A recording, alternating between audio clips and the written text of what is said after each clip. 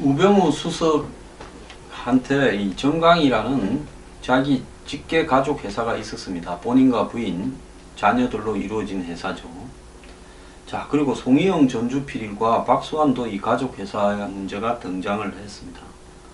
왜 우리 사회의 최상류층 인사들이 재산을 숨기고 세금을 교모하게 줄이는 수단으로 이용된다는 가족 회사를 자꾸 만들까요? 자, 일부 유력 인사들의 가족 회사는 소규모 비상장 회사로 공시 의무가 없습니다. 이 때문에 개인 소득으로 분류해야 할 자산을 법인 자산으로 돌려놓는 방식으로 은닉이 가능하고 세무당국이 일일이 들여다보지 않아 자금 세탁의 창구로도 사용할 수 있습니다. 자, 우병우 수석도 한 75억인가를 가족회사에 내서 가족회사가 그걸 가지고 무슨 부동산 이 펀드나 이런 부분을 갖다가 하고 있는 회사 아닙니까? 자, 가족회사 명의로 리스한 차량을 이용한 뒤 경비로 처리할 수 있어서 세금도 줄일 수 있습니다. 우병우 민정수석은 가족회사 정강 명의로 고급 외제차를 사적으로 이용했다는 의혹을 받았습니다. 유력 인사들이 영향력을 행사하는 기업에게서 뒷돈을 받는 창구로 가족회사를 이용한다는 의혹도 받고 있습니다. 진경준 전 검사장은 부장검사 시절 한진의 각종 탈세 배임 이런 부분을 덮어주는 조건으로 압박을 해서 처남이 대표로 있는 청소용역 가족회사를 만들어 가지고 134억 원어치의 일감을 따낸 혐의로 재판에 넘겨졌습니다. 자, 정문호 게이트에 연루된 홍만표 변호사도 가족회사인 부동산관리회사에 수입료 일부를 흘려보내 탈세를 했다는 의혹을 받고 있습니다. 일감 몰아주기 등의 방식으로 뒷돈을 지속적으로 받을 수 있다는 장점 때문에 일부 유력 인사들이 가족회사를 이용하려는 유혹에 빠진다. 이렇게 지금 이야기를 하고 있습니다. 자, 가족회사, 말이 가족회사지.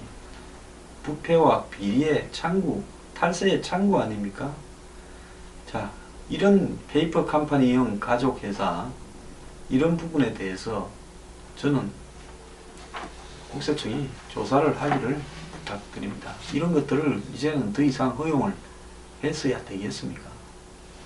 자, 회사 열어놓고 뒷돈 받는 창구로 힘 있는 사람들이 이용하고 또 그 회사에 들어온 수익을 마땅히 상당한 부분 세금으로 내야 될 건데 그걸 비용을 무슨 사업 수행과 무관함에도 통신비, 여비, 교통비, 복리후생비, 직업임차료, 차량 유지비 등의 명목으로 정강의 회사 자금을 지원받아 생활비에 쓰고 자동차를 운영한 걸로 보인다라는 것이 지금 정강에 관련되는 업무상의 횡령에 해당되는 그런 이야기들입니다. 자, 이것이 정말 옳다고 보십니까?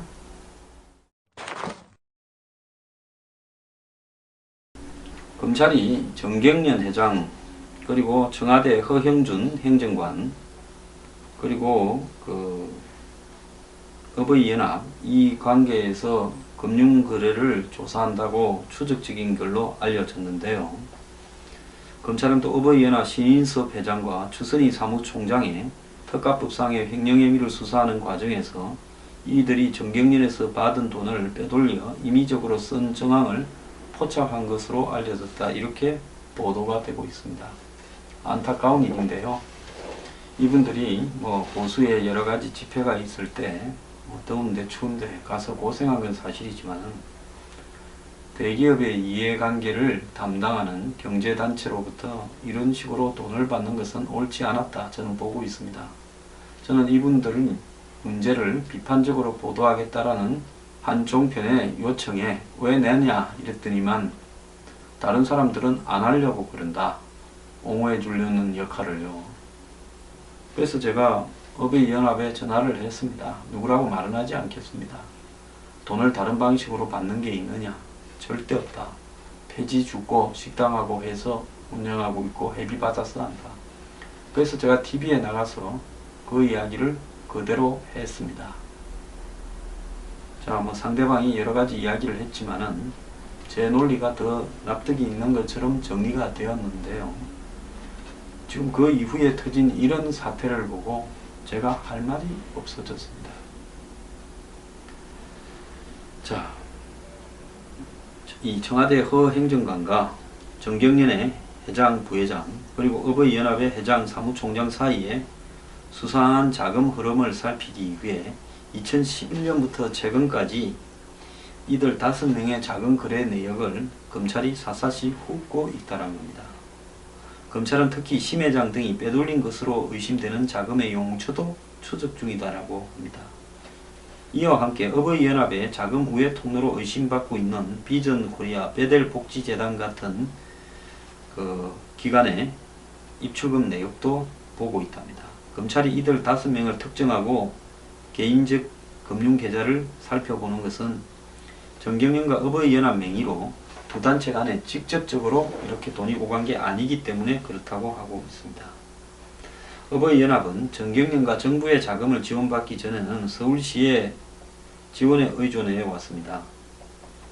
희망 나눔으로 이름을 변경한 2010년 8월부터는 서울시의 지원을 받지 않았습니다. 2011년에 박원순 시장이 들었었죠.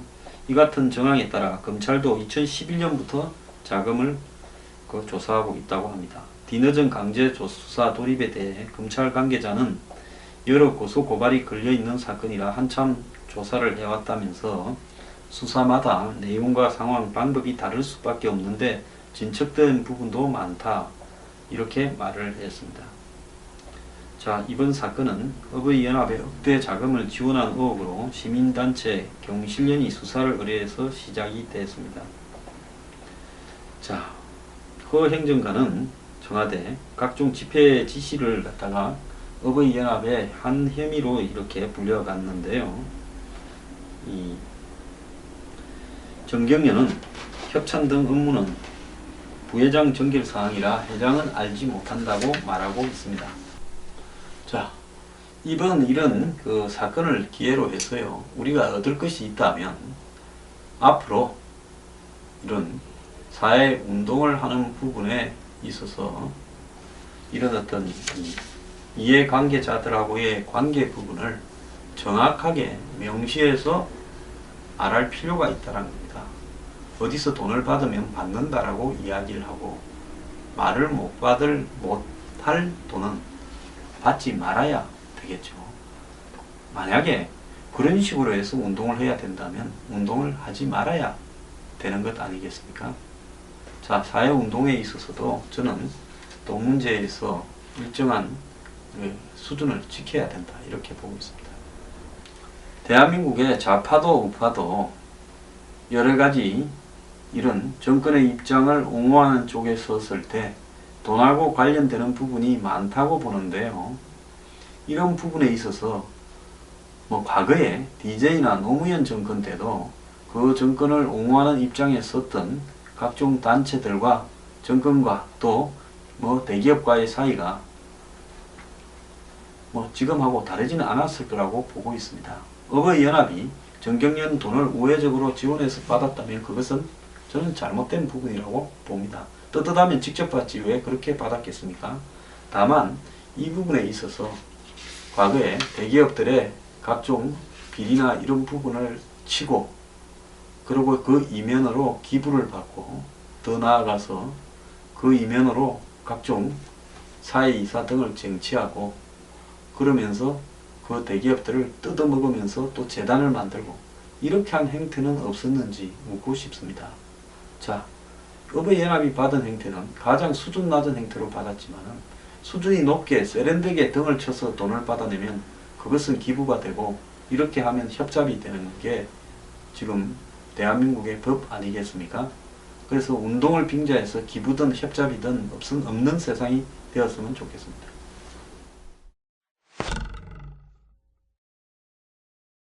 대학 입학에서 학생부 종합 전형이 확대되는데요. 입학 사정관이 한 명이 학생 115명을 평가한답니다.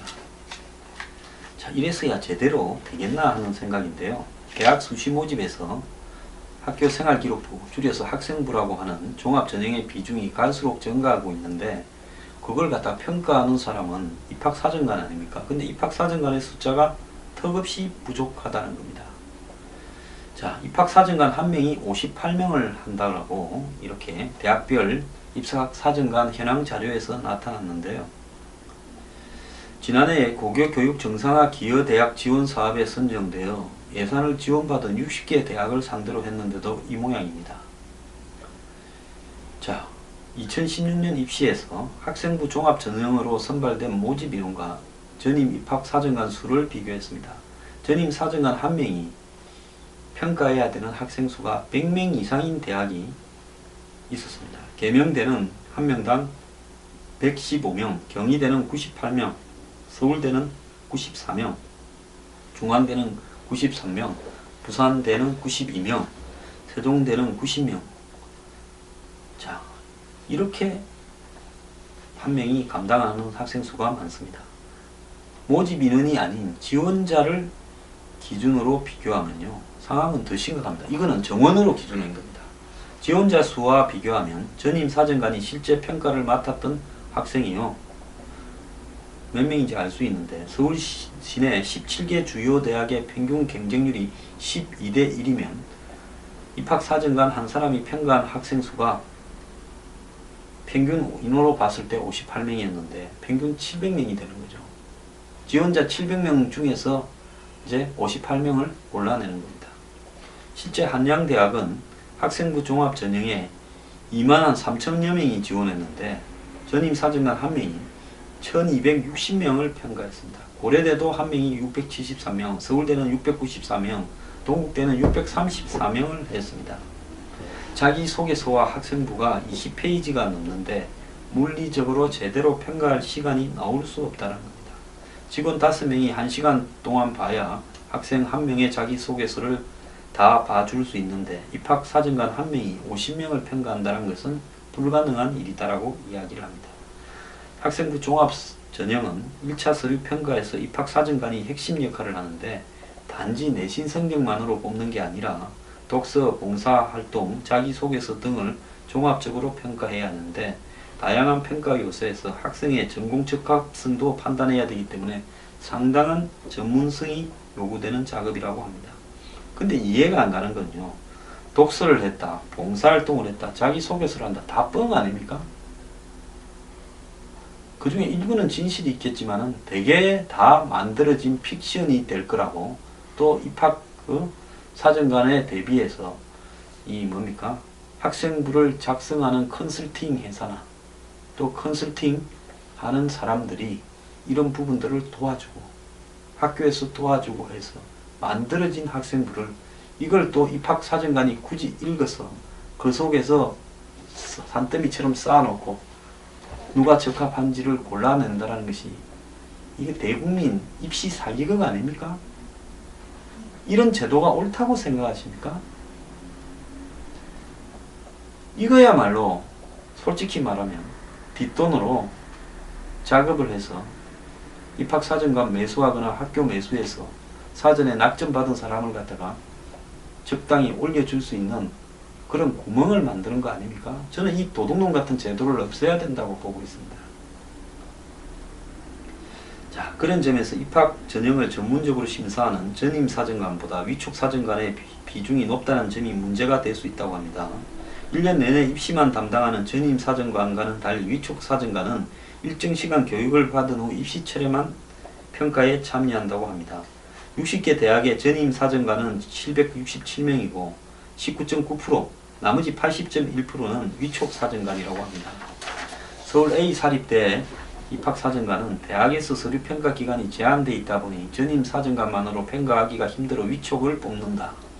대부분 대학 내 교수가 맡고 위촉은 30시간 교육을 받은 후에 평가에 투입된다.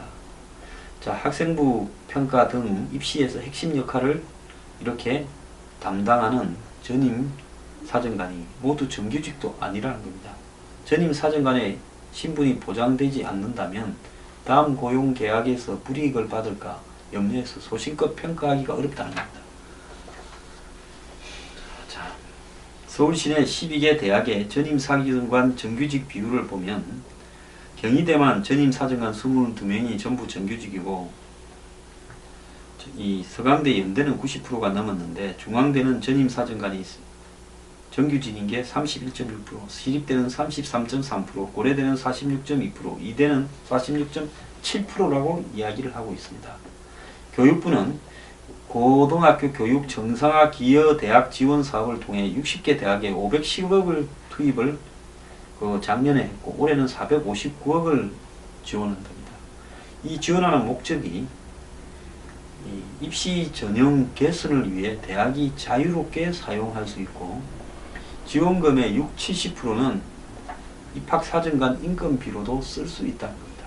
참말로 썩어 빠졌습니다. 입학사정관 인건비를 교육부가 국민 세금으로 지원해 주는데 그 입학사정관은 전임은 조금밖에 없고 대부분 위촉이고 비정규직이 수두룩하고 대학의 운영 여건은 열악하지만 학생부 전형은 계속 확대되고 있어서 대학교육협의회에 따르면 학생부로 선발하는 인원이 작년에는 67,600, 올해는 72,100, 2018년에는 83,200으로 확대된답니다. 왜? 뒷돈을 받을 수 있는 소지가 다분한 제도니까. 옛날부터 대학의 부정입학은 한국의 유사일에 있었습니다. 아주 옛날에는 한국 최고의 대학도 있었다고 전해집니다. 그런데 이런 형태로 학생을 뽑게 되면 대학들을 보고 이 중에 몇 명은 팔아먹으라 하는 거하고 뭐가 다릅니까? 근데 그 팔아먹는데도 교육부에서 대학에 이 팔아먹는 걸 심사하는 사람한테 인건비를 보조해 줍니까? 자, 참 이 나라는 진짜 하는 것마다 다 썩어 문드러져 가고 있어요. 이래가지고도요 대학 입시 떨어졌다고 소송 내는 사람 없는 거 보면 신기한 나라입니다. 참 투덜거리기만 하지요. 전부 바꾸려고 행동에 나서는 사람은 없습니다. 이러니 이 나라가 제대로 되겠습니까?